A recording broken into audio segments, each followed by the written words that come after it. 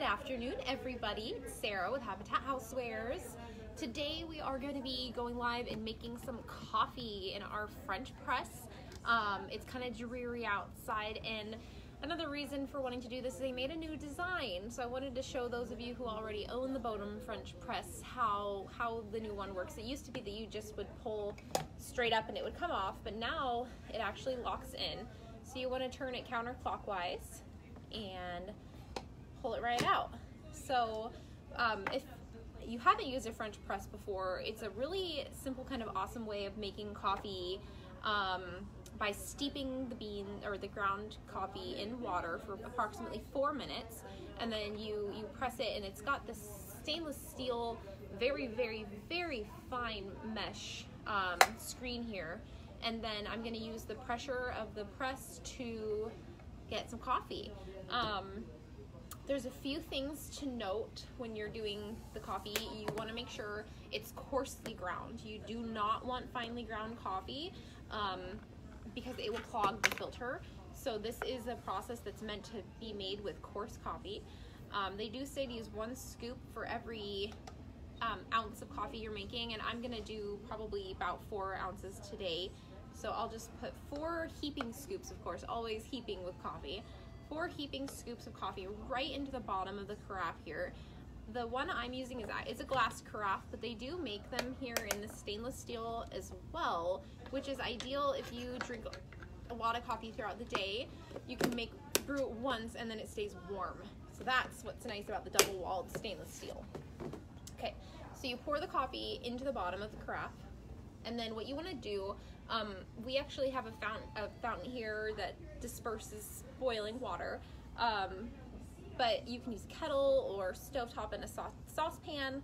You want to boil water, but you don't want to put the boiling water directly into here because it will burn your coffee and then it doesn't taste good.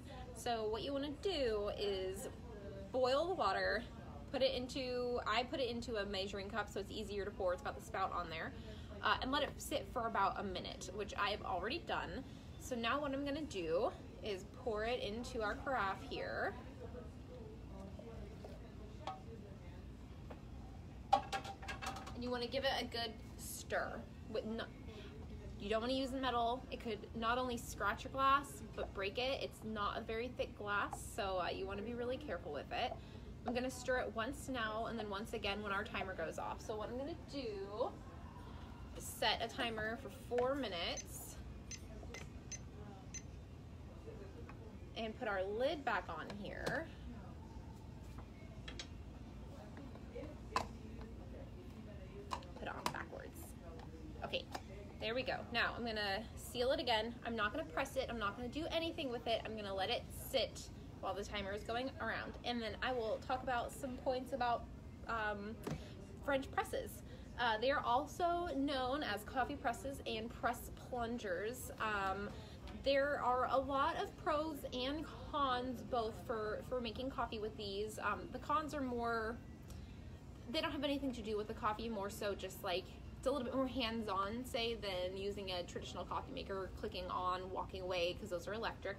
So some of the pros are you can make a really strong coffee. You are the coffee master. So that means the longer that you let it steep and the more coffee you add in there, the stronger it will be.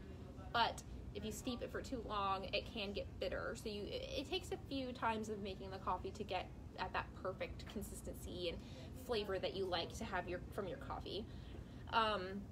The French presses themselves come in a variety of sizes. As you can see in both the options, we carry 3 cup, 8 cup, and 12 cup. I believe they make larger ones than that. We don't carry them because that's crazy. That's a lot of coffee. They're especially popular for people maybe who work in offices. All you have to do is flick on your electric kettle, let it boil, pour your water in here, let it steep, and then when you're ready to press it, you press it and you're good to go. And one benefit about the new setup here, it actually has this click down, and it now has a part that closes on the spout. So your coffee in here, it's protected, it's sealed in there. So it'll stay warm for a little bit longer and fresh for a little bit longer. The French presses themselves are pretty inexpensive. If you do end up breaking the glass, like we carry those, and they're not too expensive themselves either. The stainless steel ones are definitely more expensive. It's a given. They're not gonna break. They keep your coffee warmer for longer. You'll never have to replace them, which is really awesome.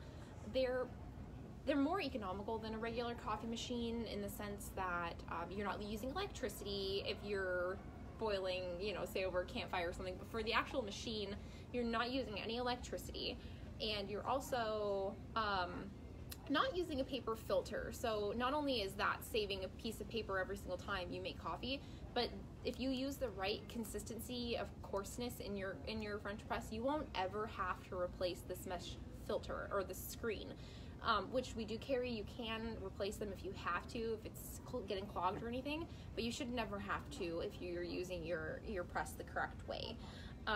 You can also use this to make tea. You can put loose leaf on the bottom, probably even put bags on the bottom, but loose leaf right on the bottom, and do this same, you know, concept here. Let it steep for however long you'd like and then press it. We actually do carry a press that's a teapot. The cons are, again, if you use very finely ground coffee beans, it could clog it up, and not only will it clog it up, you might have coffee beans in your coffee when you're drinking, which is just, you know, one of the reasons you use this is to avoid having that happen. And then it is a bit more hands-on. Now, I know a lot of the complaints that I've seen about these is that I hate having to wait the 4 minutes. Well, anytime you make coffee, you have to wait. So that's not really an excuse in my book. And like I said, if you're in an office, it's the perfect time for you to it sits right on your desk, throw all your stuff right in there and get going. Okay, my timer is about to go off, so I will go ahead and start I'm going to stir it again first. So I will, again, twist it counterclockwise and pull it off.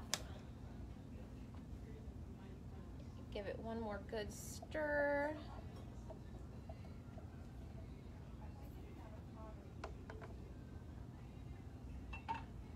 Okay, so now I'm going to push this back in there, make sure I have it on the correct way this time.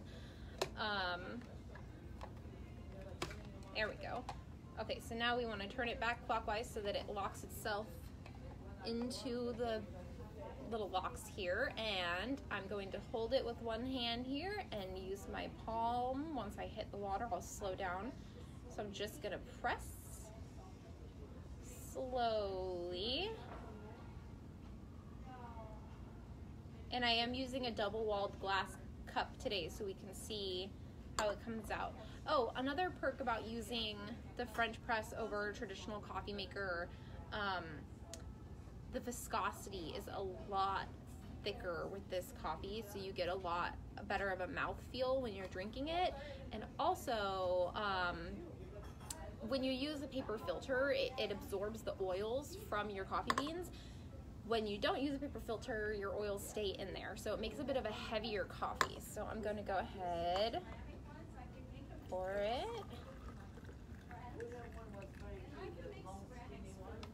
And now I get to enjoy my cup of coffee. It's nice and thick, like it's going to be super strong, which is just how I like it. So I'm going to doctor it up when I get off of here, and I hope you guys have a great Tuesday. If you have any questions or you know, models that we have in stock, go ahead and send us a message, or hello.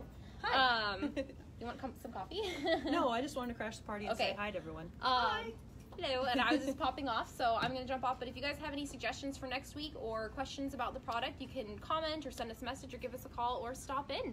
Have a great day, guys. Thanks for watching. Happy Tuesday. No, I'm just kidding.